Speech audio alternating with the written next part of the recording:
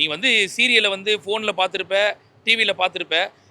காசு கொடுத்து பெரிய ஸ்க்ரீனில் பார்க்கணும்னு நினச்சினா வேணா வந்து பாரு. அந்த மாதிரி தான் இருக்குது இந்த படம். தவிர சொல்லிக்கிறதுக்கு ஒன்றுமே இல்லை. உட்கார வச்சு ஊமை குத்தா குத்தி அமைச்சிருக்கிறாங்க.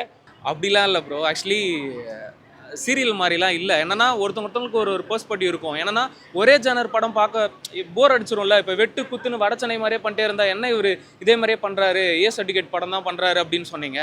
இட்லி கடை மாதிரி ஃபீல் குட் படம் கொடுத்தவொடனே ஃபீல் குட் படம் என்ன இது ரொம்ப ஸ்லோவாக இருக்குது அப்படின்னு சொல்கிறீங்க.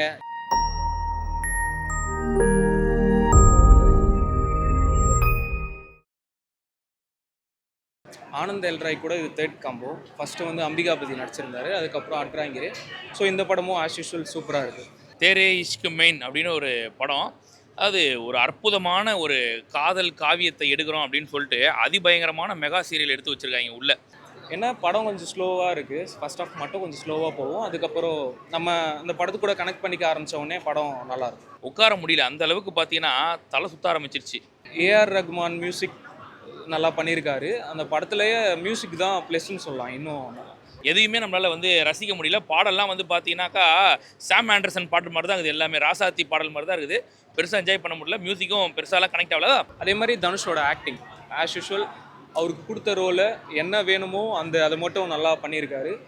ஹீரோயினி வந்து கீர்த்தி சனம். அவங்க வந்து ஆக்சுவலி ஹிந்தி ஹீரோயினில் தனுஷ் கூட பேர் பண்ணதில் இவங்க பெஸ்ட்டுன்னு சொல்லலாம். இன்னும் நல்லா சூப்பராக பண்ணியிருக்காங்க ஆக்டிங்கு. என்ன இந்த படத்தில் ஹாப்பி எண்டிங்கில் அவங்க 2 பேர் காம்போவில் திருப்பி இன்னொரு படம் வந்து ஹாப்பி எண்டிங்காக இருந்தால் இன்னும் நல்லாயிருக்கும் அப்படின்னு. கான்செப்ட்லாம் நல்ல கான்செப்ட் தான். அதாவது எப்படின்னா ஒரு லவ் ஃபெயிலியர் அப்படின்ற மாதிரி ஆரம்பிக்குது. அதுலேருந்து அப்படியே வெற்றி அடைஞ்சு வரா மாதிரிலாம் காட்டுறாங்க. அதுக்கப்புறம் படம் வந்து அவங்க கையை மீறி எங்கெங்கேயோ போக ஆரம்பிச்சிருச்சு. எப்படின்னா படம் பார்க்குறவங்களே ஃபஸ்ட்டு டே எல்லாருமே வந்து தனுஷ் ஃபேன்ஸ் தான் வருவாங்க. அவங்களே பார்த்தீங்கன்னாக்கா படம் ஒரு பக்கம் ஓடிட்டுருக்கு, அவங்களே ஒருத்தர் பேச ஆரம்பிச்சிட்டாங்க. அந்த மாதிரி போயிட்டுருக்கு இந்த படம். சுத்தமாக எல்லையை மீறி போயிட்டுருக்கு. அதில் கடைசியிலலாம் கிளைமேக்ஸ் எல்லாம் பார்த்தீங்கன்னா கனெக்டாக இருக்கணும். ஆக்சுவலாக அது கனெக்ட் ஆகாதது காரணம் படத்தோட லென்த்துன்னு வேணா கூட சொல்லலாம். ஒரு கட்டத்திலலாம் பார்த்தீங்கன்னா இந்தியாவே வந்து தனுஷ் தான் காப்பாற்றணுன்ற மாதிரிலாம் ஒரு கட்டாயம் வந்துருச்சு. அதெல்லாம் உட்காந்து பார்க்க வேண்டிய நிலைமை ஆகி போச்சு நம்மளுது. அப்படி தான் ப்ரோ சொல்லுவாங்க. என்னன்னா அம்பிகாபதி வந்து ரிலீஸ் ஆன டைமில் நம்ம யாருமே அதை ரிசீவ் பண்ணிக்கவே இல்லை. ஆனால் 10 வருஷம் கழிச்சு இப்போது இந்த இயரில் தான் ரீரிலீஸ் பண்ணாங்கன்னு நினைக்கிறேன். லைக் ஜூலை ஆகஸ்ட் அந்த டைமில் எல்லாரும் ஃபயர் விட்டாங்க, சூப்பராக இருந்துச்சு அப்படின்னாங்க. எதையுமே மாற்றலை, ஏஐயில் கிளைமேக்ஸை மட்டும்தான் மாற்றினாங்க. ஆனால் படம் சூப்பர் அப்படின்னு சொல்லிட்டு சொன்னாங்க. அதான் அது போய் சேர்றதுக்கு இந்த படம் வந்து ஆக்சுவலி ரிலீஸ் ஆனதே நிறைய பேருக்கு தெரியல. ப்ரொமோஷன் தமிழில் இல்லைன்னு நினைக்கிறேன். ஆனால் இந்தியில் நல்ல ரீச். இந்தியில் கண்டிப்பாக அந்த படம் ஹிட் ஆகும். அதே மாதிரி ஸ்லோவாக ஓடிடியில் வந்தோடனே மேபி இவங்க எல்லாம் பார்த்துட்டு நல்லா இருக்குன்னு சொல்லுவாங்கன்னு நினைக்கிறேன். நல்ல படம். ரீரிலீஸ்லாம் இப்போ இன்றைக்கி நிறைய படம் ரீரிலீஸ் ஆகிருக்கு. அஜித் சார் படம்லாம் ஆயிருக்கு. ஸோ அதனால் சின்ன ஒரு பெரிய ஒரு ஜெட் எடுத்துகிட்டு போகிறாப்புல, இந்தியாவுக்கு நான் காப்பாற்றுறேன் அப்படின்னு சொல்லிட்டு அந்த ஜெட் எடுத்துகிட்டு போயிட்டு ஜெட்டு கொழுந்து விட்டு எரியுது. கோஸ்ட் ரைடர் மாதிரி வண்டி ஓட்டின்னு போகிறார் அவர். கடைசியில் எடுத்துன்னு போய் அவர் என்னப்பா எல்லாத்தையும் ரிவீல் பண்ணுறியனாக்கா வந்து உட்காந்து பார்க்குறவங்களாம் ஒருத்தர் இல்லை. அதெல்லாம் நானே மொத்த கதையும் சொல்லிடுறேன். நான் நீ வந்து சீரியலை வந்து ஃபோனில் பார்த்துருப்ப, டிவியில் பார்த்துருப்ப. காசு கொடுத்து பெரிய ஸ்க்ரீனில் பார்க்கணும்னு நினச்சினா வேணா வந்து பாரு. அந்த மாதிரி தான் இருக்குது இந்த படம். தவிர சொல்லிக்கிறதுக்கு ஒன்றுமே இல்லை. உட்கார வச்சு ஊமை குத்தா குத்தி அமைச்சிருக்கிறாங்க. சுத்தமாக உள்ள தூக்கம் வருது. அந்த அளவுக்கு எடுத்து வச்சிருக்கேன் படம். ரொம்ப காட்டு மொக்க படம் உண்மையிலேயே.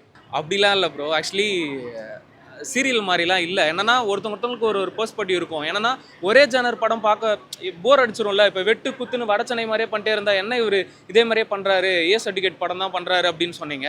இட்லி கடை மாதிரி ஃபீல் குட் படம் கொடுத்தவொடனே ஃபீல் குட் படம் என்ன இது ரொம்ப ஸ்லோவாக இருக்குது அப்படின்னு சொல்கிறீங்க. எப்படி தான் இருக்கணும்? அவர் வெஸ்டர்ன் ஆக்டர் எல்லா ஜானரும் பண்ணணும்னு ஆசைப்பட்றாரு. ஆடியன்ஸ் அதை ரிசீவ் பண்ணிக்கிறாங்க. அதனால தான் அவர் பாலிவுட் போயிட்டாரு, ஹாலிவுட்டும் போயிட்டாரு. வேற என்ன வேணும்? எதையுமே நம்மளால் வந்து ரசிக்க முடியல. நம்ம ஏதாவது ஒரு சீன் நம்ம கனெக்ட் ஆச்சுன்னா கூட நம்ம அதை வச்சு நம்ம இந்த படத்தை பார்த்துடலாம். ஒரு சீன் கூட கனெக்ட் ஆகலை.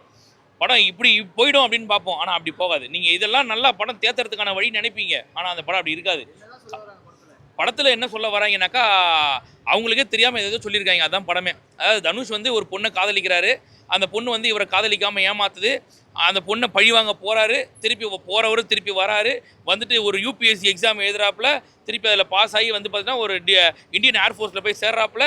அதுக்கப்புறம் இந்த பொண்ணு திருப்பி மீட் பண்ணுறாப்புல. இப்படிலாம் சொன்னால் உனக்கே இவ்வளோ கடுப்பாக இருக்குது. உட்காந்து பார்க்குற எங்கள் நிலைமை யோசிச்சுப்பார். அந்த மாதிரி தான் வச்சுருக்கேன் படத்தை.